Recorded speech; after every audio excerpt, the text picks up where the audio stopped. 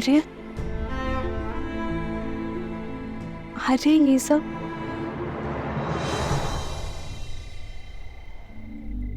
कर्तव्य पथ सीता, भरत और शत्रुघ्न मांडवी और श्रुत कीर्ति के साथ कैकेयी लौट रहे हैं।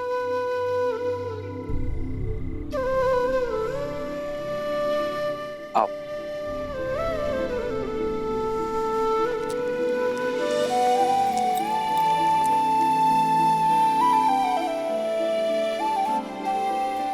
प्रणिपात भैया।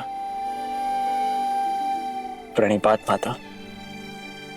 आप दोनों की ही प्रतीक्षा कर रहे थे। भैया,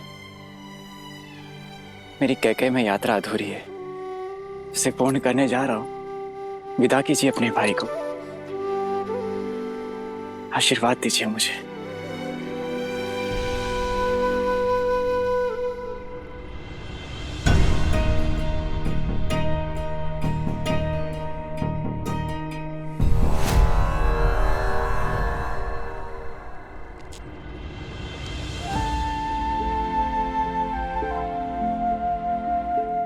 ये देखकर प्रसन्न हूं मैं भरत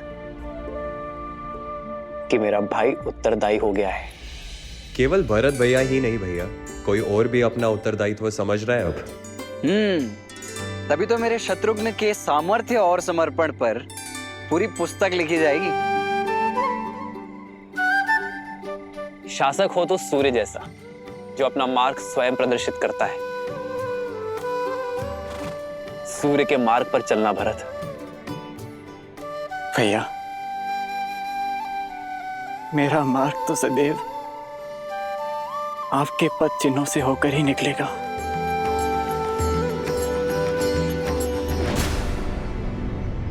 देखा कैकेयी,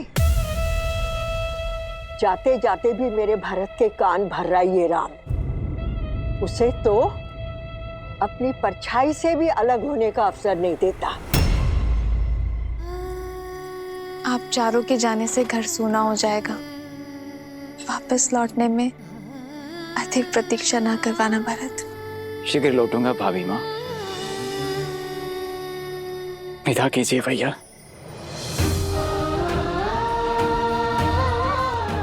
आशीर्वाद दीजिए। उठो भरत, अपना धर्म निभाना भरत। संबंध अपने आप निभ जाएंगे। विदा कर रहा हूं अपने छोटे भाई को। प्रतीक्षा करूंगा एक कुशल प्रशासक की। और मैं वही कुशल प्रशासक बनकर लौटूंगा।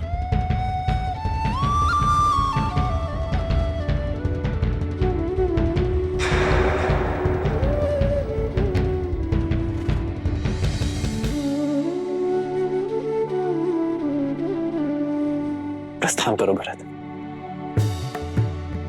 लक्ष्मण,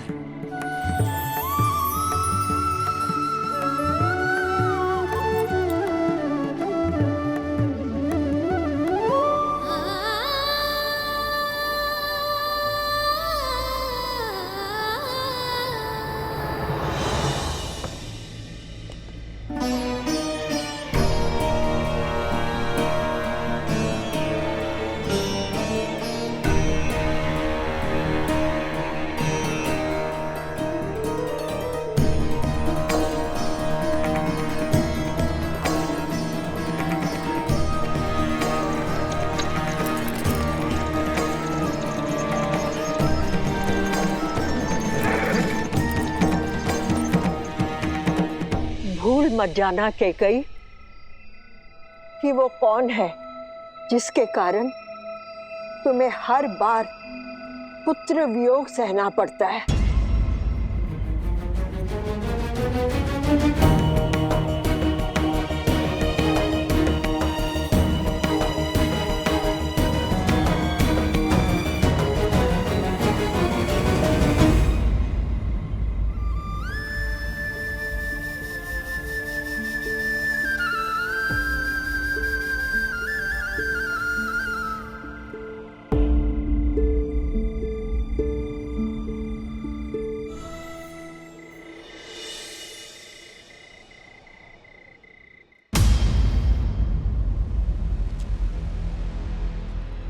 बड़े दृष्टिहीन माता पिता की इकलौती संतान हूं। आप उन्हें जल पिलाने की तुमने 2 अंधों के जीवन का सहारा छीना है। तुम भी अपनी आंखों के तारे से दूर हो जाओगे। अपने धर्म रक्षक पुत्र के वियोग में तरस तरस कर मरोगे तुम।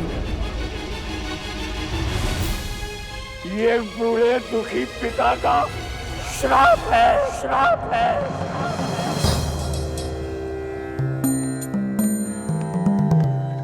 प्रणाम गुरुदेव। आयुष्मान भव। महाराज, अचानक स्मरण किया? सब कुशल तो है?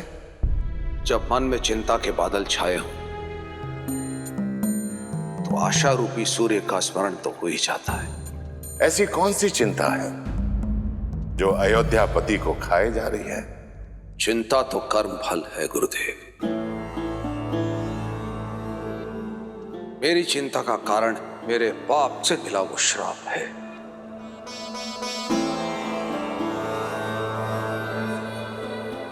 वो पाप जो वर्षों पूर्व मुझसे हुआ था।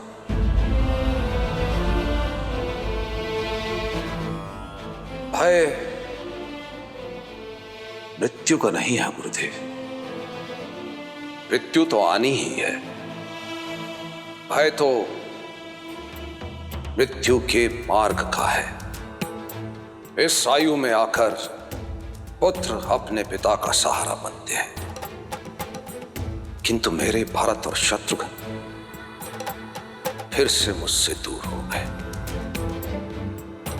हम निरंतर यह भय सता रहा है कि कहीं मेरे राम और लक्ष्मण तो मुझसे दूर नहीं हो जाएंगे ना गुरुदेव। मेरा मार्गदर्शन करें।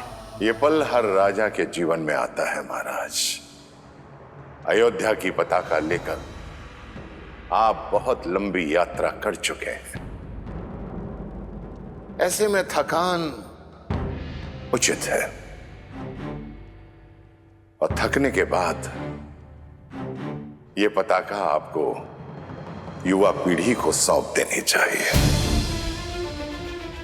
महाराज, आप बहुत भाग्यशाली हैं कि ईश्वर ने आपको राम जैसा पुत्र दिया है, जो योग्य भी है और उत्तरदायी भी है, और प्रजा के बीच में जनप्रिय भी हैं।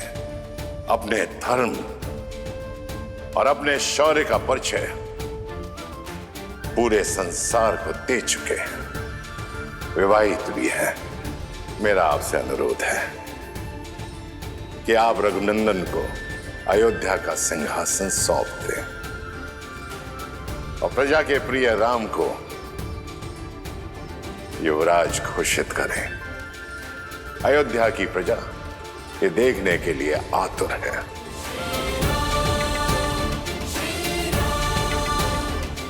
बहुत बहुत धन्यवाद गुरुदेव। सचमुच में थक गया हूं मैं, अचंभित हूं। मार्ग मेरे सामने खुला है और मैं व्यर्थ ही दुविधा में था।